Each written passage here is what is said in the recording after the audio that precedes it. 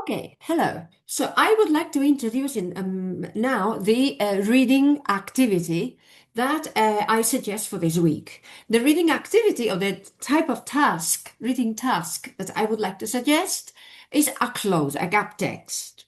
So there are two kinds for this week, two kinds of clauses, one where the choices are given. I mean, every gap has got a multiple choice and you have to choose which of the options is the right one, and then an open close where there is a gap, but you have to fill it in with the options or with a word that you think suits that context. So the clauses that I am suggesting this week are the following. Allow me to share my screen.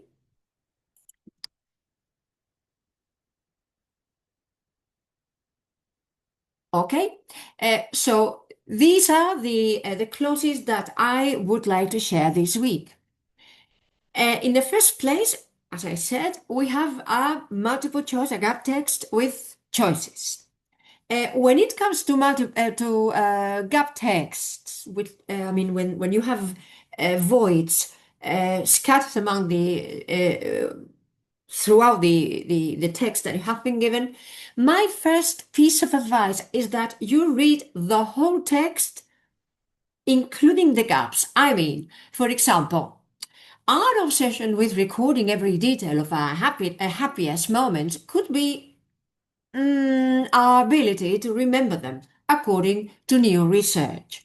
Why that? Because from this first reading, you get a general bird's eye view of what the text wants to say, and probably it is much easier to narrow down the possibilities that might fit each of the gaps.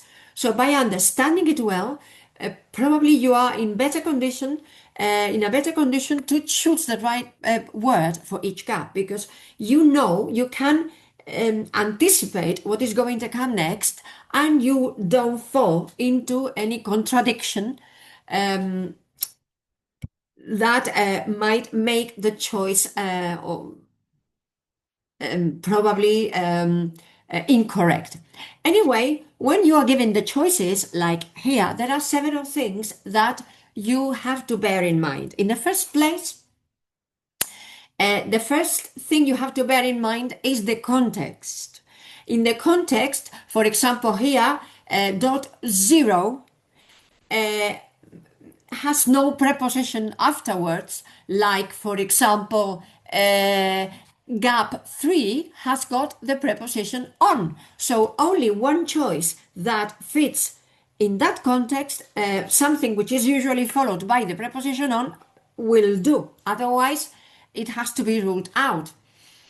Next, something that you have to bear in mind is the nuances of meaning of each of the words given. I mean, sometimes you have different choices, and they have different nuances. For example, in gap 1, we have seize, we have grasp, we have capture, and we have snatch. So usually seize and grasp are closer together, grasping meaning catching firmly, seizing meaning usually catching something which by nature will escape from our grip. Uh, Snatching is usually when you catch something and you take it away. For example, when an elderly lady on the street has her bag or her handbag or her purse snatched away by someone, by a thief. So snatching means usually taking away very violently. So uncapture is what we do with our mobile phones. We capture a scene when we take a photo. So which of the four choices would suit the context better depending on its meaning? Um, uh, so some other times it depends on the collocation. Probably several choices might be correct were it not for the fact that only one collocates. For example, in the second gap, we have to the point that they are missing what is happening in front of them. Which is the choice that collocates in that context better?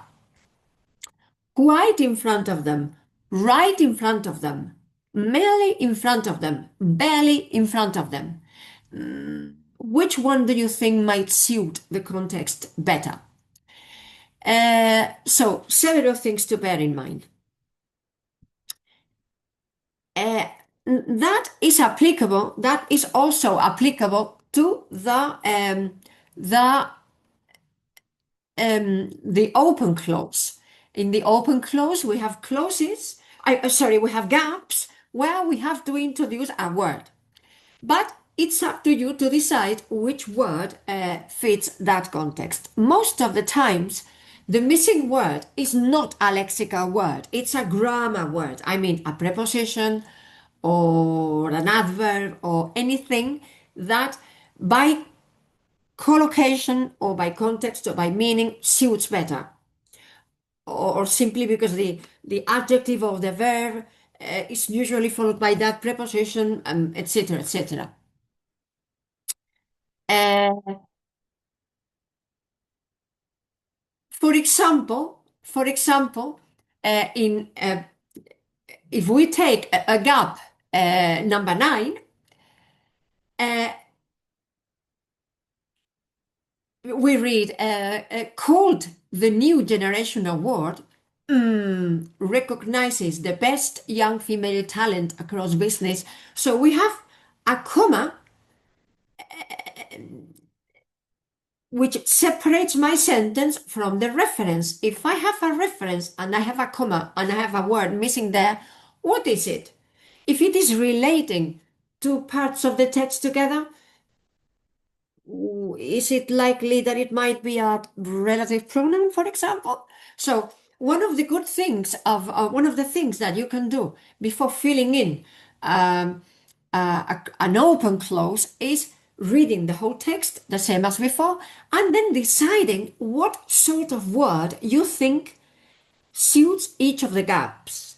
For example, an adjective or a noun or a pronoun, and that will reduce the range of possibilities, and will make it easier for you to choose what word you think suits the context better. I hope I have helped you a little with your exercise, and I invite you to just have a go and see whether you do it well, whether you succeed in doing it well. As you know, at the back of this PDF, you might, if you like, do the interactive activities, which will give you the right answer. But anyway, at the very end of this PDF, you have, as you can see, you have the key